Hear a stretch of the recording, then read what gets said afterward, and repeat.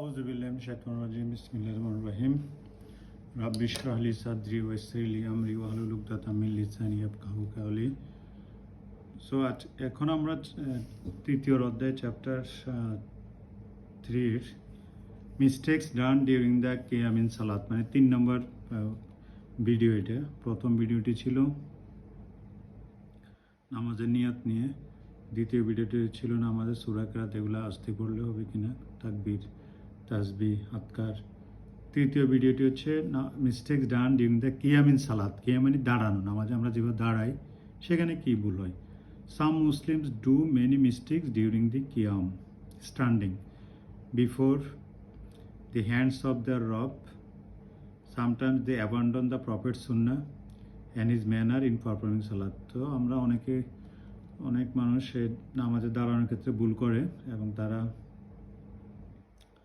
আল্লাহর সামনে যে দাঁড়াচ্ছে সেখানে যে ভুল করছে সেটা অনুধাবন করে না, এবং তারা রাসূলুল্লাহ সাল্লাল্লাহু আলাইহি ওয়াসাল্লামের যে সুন্নত সেটা পরিত্যাগ করে সেভাবে দাঁড়ায়। and his manner is performing Salat. Sometimes they indulge in improper acts, behaving them to be of the sunnah or just out of the imitation of their fathers. So অনেকে আছে সুন্নাহ না জেনে সুন্নাহ মনে করে অনেক কিছু করে অথবা অন্যকে অনুসরণ করে যেটা আসলে সহি সুন্নাহ না। সো এক নাম্বার হচ্ছে abandoning raising hands when reciting takbiratul ihram, doing রুকু অ্যান্ড রেজিং ফ্রম ইট। তার মানে 3 বার হচ্ছে আপনি কি করবেন, তাকবিরাতুল ইহরাম মানে হাত তুলবেন 3 বার। এক নাম্বার হচ্ছে যখন আল্লাহু আকবার বলে নামাজ শুরু করবেন, দ্বিতীয় নাম্বার যখন রুকুতে যাবেন, 3 নাম্বার হচ্ছে যখন রুকু থেকে উঠবেন। ঠিক আছে, তো আমিও পড়তেছি abandoning rising hands when reciting তাকবিরাতুল ইহরাম, আল্লাহু আকবার যখন বলবেন তখন হাত তুলবেন। ডুইং রুকু তখন হাত তুলতে হবে, রেজিং ফ্রম ইট এবং রুকু থেকে দাঁড়ানোর পর হাত তুলতে হবে। সাম মুসলিমস অ্যাবান্ডন, এটা না করা মানে সুন্নাহ না পালন করা, মানে এটা হচ্ছে রাসূলুল্লাহ সাল্লাল্লাহু আলাইহি ওয়াসাল্লামের সুন্নাহ ছিল। সাম মুসলিমস অ্যাবান্ডনড দি সুন্নাহ of raising their hands when reciting তাকবিরাতুল ইহরাম, হোয়েন ডুইং রুকু or when rising from it and after the first তাশাহুদ। ঠিক আছে, প্রথম তাশাহুদ পরে। So they may even raise their hands at the improper times or positions, such as raising hands when reciting takbirat of the funeral salat. যেমন জানাজার নামাজের ভিতরে এটা পড়ার ক্ষেত্রে বলতেছে নিষিদ্ধ, এটা না। এবং তাকবিরাত রিসাইটেড দ্য ঈদ সালাত তাকবিরাত এগুলো এটা অবশ্যই এটা সোর্স থাকে। সোর্স হচ্ছে আহকামুল জানাইস ওয়া বিদাউ, এখানে মানে জানাজার যে নামাজের বিদা আল মুহাল্লা। This will follow details in সাহাল্লা ইন চ্যাপ্টার 7। ঈদ সালাতে যেমন দিস উইল ফলো ডিটেলস ইনশাআল্লাহ। এবার চ্যাপ্টার 7 এগুলো ডিটেলস আছে, আমরা পরে এগুলো পড়বো, আপাতত এগুলো সংক্ষেপে জেনে যায়।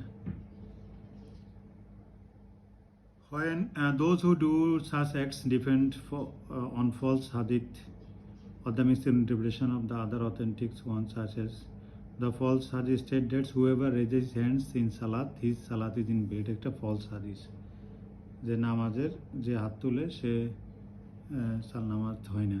ইবনে Umar statement, Umar raising your hands in salat like this is by Allah's bidah. Indeed, the Prophet Sallallahu Alaihi Wasallam never exceeded in Salat this level, and pointing to his chest.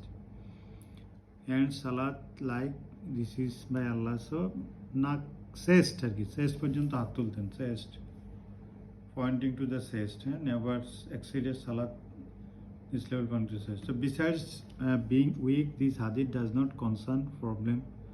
This Ibn Hibban said, এই হাদিসটা কথা বলতেছে, some of those who have no knowledge in the science of hadith nor its ranks held that it is a bidah to raise one hand in salat when doing ruku or when raising from it. Ibn Umar's original statement said that raising your hands in dua to the level of ears is bidah. দোয়া করার সময় হাত তোলাটা মানে to the ears of Reza, এরকম আর কি, এটা হচ্ছে বিদা, কান পর্যন্ত হাত তোলা।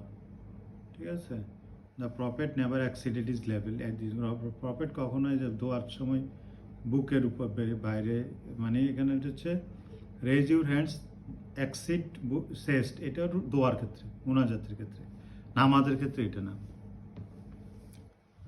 So Hammad ibn Zaid, who related this hadith, interpreted the words this level to mean to the level of his chest. Then he, Hammad, continued the rest of the hadith and then added, the Arabs used the word Salat to mean duas, and the word Salat is Hammad's narration refer to the dua. So আরবরা সালাত বলতে মূলত দোয়াটাকে বুঝে, তো এই কারণে ওখানে সালাতের ভিতরে যে বললো যে বুকের উপরে মানে শ্রেষ্ঠের উপরে হাত না তোলার জন্য, এটা আসলে দোয়ার কথা বলছে, মুনাজাতের কথা বলছে। ঠিক আছে। So then Ibn Hibban narrated from Al Hasan ibn Sufyan through a complete chain of narrators tracked back to the Ibn Umar to have said, by Allah, Allah's qasam, the Prophet never raised his hands beyond the level of chest when reciting dua. তো মানে residing দোয়ার ক্ষেত্রে আমরা যখন দোয়া করবো, মানে এটা বেশি তুলবো না, একদম এভাবে না, যেভাবে যেটা শুনলাম খুব পর্যন্ত। এটা আমি আজকে প্রথম জানলাম, আগে জানতাম না, আগে তো উপরে তুলে ফেলতাম। আচ্ছা, Ibn Umar's narration supports Ibn Hibban's opinion. So it states as follows: the Allah's Messenger sallallahu alaihi wasallam used to begin his salat with raising his hands to the level of his shoulders. ঠিক আছে, নামাজের করার সময় shoulder পর্যন্ত আর কি, ঠিক আছে, আল্লাহু আকবার, শোল্ডার, আল্লাহু আকবার, and do same when raising himself from রুকু থেকে ওঠার সময় আল্লাহু আকবার। This hadith was narrated nearly 50 of the Sahaba. এই হাদিসটা যে শোল্ডার পর্যন্ত উনি হাত তুলতেন তাকবীর করার সময়, রুকু থেকে ওঠার সময়, এটা 50 জন সাহাবা রাদিয়াল্লাহু তাআলা মানে, এবং তাদের মধ্যে 10 জন ছিল whom 10 of whom were those who had received the glad tidings of being granted admission to the paradise. তাদের ভিতর 10 জন ছিল যারা জান্নাতের আগাম সুসংবাদ প্রাপ্ত। এই যে 40 জন হাদিসটা বর্ণনা করছে, 50 জন, 10 জনে, তো ওই 10 জন কারা আমরা জানি, তারপরে পড়ে নিই। এটা হচ্ছে narrated by Al Bukhari and his Sahih, Muslim in his Sahih, Malik in his Muwatta, এই হাদিসটা সব জায়গায় আছে, মুহাম্মদ ইন আল মুসনাদ, আশ-শাফি ইন আল মুসনাদ, আদ দারিমি ইন আস-সুনান। তো এই হাদিসটা যে আমি বললাম এটা সব জায়গায় আছে। ফর ডিটেলস আর তো কারা কারা আপনার, ঠিক আছে। এবার 3 নম্বর হচ্ছে কি প্যারাডাইস। এই যে তাদের 10 জন যে প্যারাডাইস সুসংবাদপত্র, এটা কোথায় কোথায় আছে? For details S Fathul BARI volume 2 পৃষ্ঠা নম্বর 220, আল মাজমু ভলিউম 3 পৃষ্ঠা নম্বর 300, আল হিদায়া ফি তাহারিজ আহাদিদ আল বিদায়া ভলিউম 10 পেজ পৃষ্ঠা নম্বর 106, জালালুল এন। তো অনেক জায়গায় হাদিসটা আছে। Who rejected this first hadith? আচ্ছা, আল মাউদুয়াত বাই ইবনে আল জাওজি volume 2 page number 98। Who rejected this fourth hadith and related the narration that is tracked back to the Prophet by the several Sahaba who reported the Prophet's raising hands. Okay. So this Imam al-Bukhari said, both Al-Hasan and Humayd ibn Hilal stated the Prophet's Sahaba radhiyallahu ta'ala anhu used to raise their hands in Salat, and all of them, so it was never affirmed that the contemporary ulama in Hijaz and Iraq, such as the Al-Humaydi, Ibn al-Madini, Ibn Ma'in, Ahmad ibn Hanbal, Ishaq ibn Rawat reported that Prophet and his Sahaba abandoned raising their hands in Salat. এরা কখনো এটা বলেন, affirm করেন, never affirm that. তার মানে এটা মানে এটা তুলতো আর কি হাতটা। ইবনে Qayyum said, pay heed to the Prophet's sallallahu alaihi wasallam manner in doing salat, raising his hands when doing রুকুতে যাওয়ার সময় হাত তোলা, and noise raising from it. আমি এটা মনে থাকে না, একটা প্র্যাকটিস করার চেষ্টা করছিলাম. After this hadith, his Sahaba radhiyallahu ta'ala followed this example earnestly by Abdullah ibn Umar, even used to throw pebbles on those who do not raise their hands in salat. যারা নামাজ পড়ার সময় যে রুকুতে অথবা নামাজে হাত তোলে না তাদেরকে পাথর মারার ঘটনা আছে. These narrations report Prophet's practice as if it was done before one's eyes. So এটা কোথায় বলা যায়? এটা বলা, এটার সোর্সটা কি? আইলামুল মাকিন ইবনে উমর's statement was narrated by al-Bukhari, Jaz Rafiul Yadin, al-Humaydi in al-Musnad, Ahmad in অনেক সোর্স আছে. So al-Marwazi said all the ulama, to the exclusion of those in al-Kufa, in all Muslim countries, unanimously agreed upon the legality of the raising one hands. তার মানে নামাজে হাত তুলতে হবে, এটা almost all ulama agreed. Ash-Shafi said whoever gets to know the Prophet's sallallahu alaihi wasallam hadith concerning raising one's hands in salat when reciting takbir, doing ruku, raising, must follow this example. যারা এই হাদিসটা শুনছে তাদেরকে এটা পালন করার জন্য বলছে. Abdul Malik ibn Sulaiman said, I asked Saad ibn Zubair about the ruling of raising one hands in salat. He answered, it is an act with which you beautify your salat.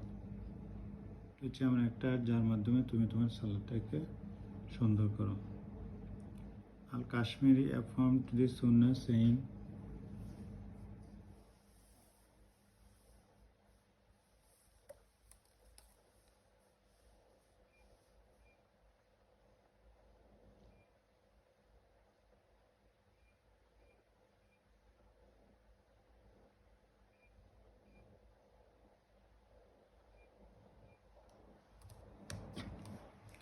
so dear Muslim brother, and you should know, Al-Kashmiri affirmed this sunnah saying that you should know that raising one hands in salat is something that is mutawatir verbally, practically.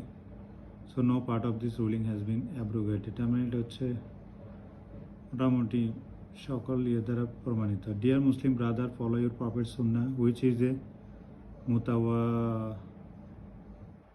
mutawatira, as Tahabi expressed, earnestly leave aside idle discussion